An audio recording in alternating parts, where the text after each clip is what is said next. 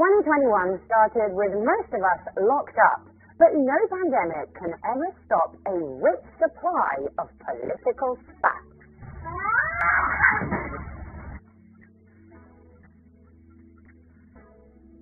You may have been in lockdown in January, but China's warplanes weren't.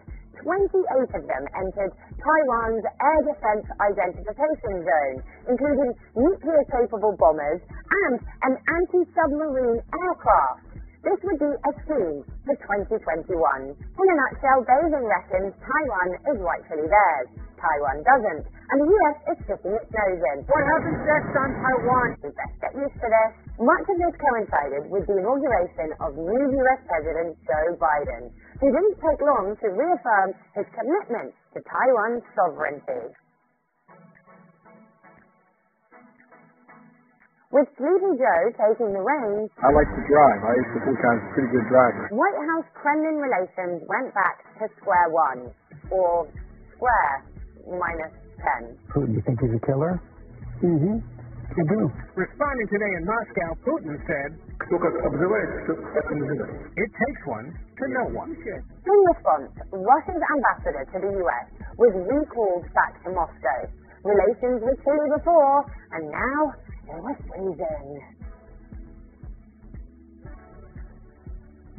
What didn't help was another US intelligence report which claimed that Russia interfered in the US elections in 2016 by waging a disinformation campaign. Relax, Democrats. You just lost, okay? For the first time ever, The early months of 2021 were also marred by the most boring spat between Britain and the EU as the Brexit transition period came to an end. Wake up at the back over there, please. It's all about fishing and trucks. I said wake up. Things did nearly get interesting when the EU's chief something or other, Ursula von der Leyen, nearly caused a global trade war for COVID-19 vaccines by threatening to block the export of the AstraZeneca vaccine to Britain. Because, why not? We do not want to have to use these tools, but we will not hesitate to use them if necessary. Joe Biden was off to Europe for face-to-face meetings with leaders across the continent, including a guy who's just labelled a killer, Vladimir Putin. The summit in Geneva was hyped to the high heavens, and the outcome was largely positive. Well, nothing much happened, but hey, no one died. The US repeated its accusation that Russia had some responsibility in dealing with the fallout of the ransomware attack that took down the servers of the Colonial Oil Pipeline in Texas. But prior to the meeting, Biden himself admitted that there was no evidence that Russia was behind the attack. Not really sure why he brought it up then. However, Putin also described the summit as constructive, so all the ambassadors were returned to their posts. So the summit got off to a pretty good start. Oh wait, no. Afghanistan is falling apart. The Taliban kicked off a major offensive ahead of the US's planned pullout in August. By the 15th, they'd taken the whole country, and Western forces scrambled to get the hell out of Dodge. In late August, the Afghanistan branch of ISIS set off a bomb at Kabul airport, killing civilians and troops, and the blame game began. A leaked Pentagon report suggested Washington privately blamed the UK for the attack. US officials claimed they'd only kept the gate open at the airport to aid the British evacuation, because the UK government had asked them to. The UK Foreign Secretary at the time, Dominic Raab, came out and labelled the accusations simply untrue and buck-passing. Ouch. Quite a few cracks appearing in that special relationship then. The summer also saw the US get into a spat with another one of its allies, Israel. 17 media organizations across the globe revealed that authoritarian regimes had been spying on government officials, journalists, lawyers, and human rights activists using a spyware program called Pegasus.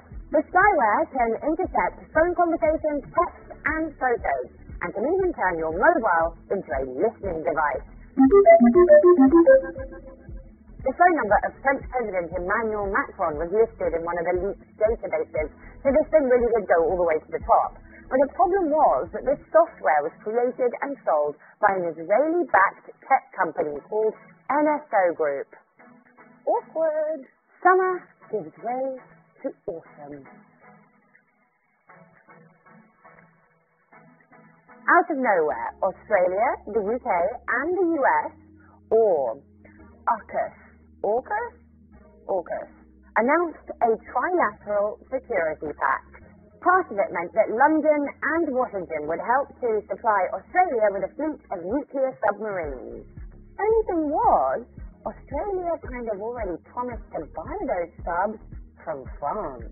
But the French were left stood up at the restaurant table, and they were not happy about it. Let's just respect allies and partners, and it was not the case with Israel. And I think this is detrimental to the reputation of your country. So Australia ditched France for old Joe Biden. But while it may have been true love for the Aussies, the US president couldn't even remember their name in the morning. I want to thank that fellow down under.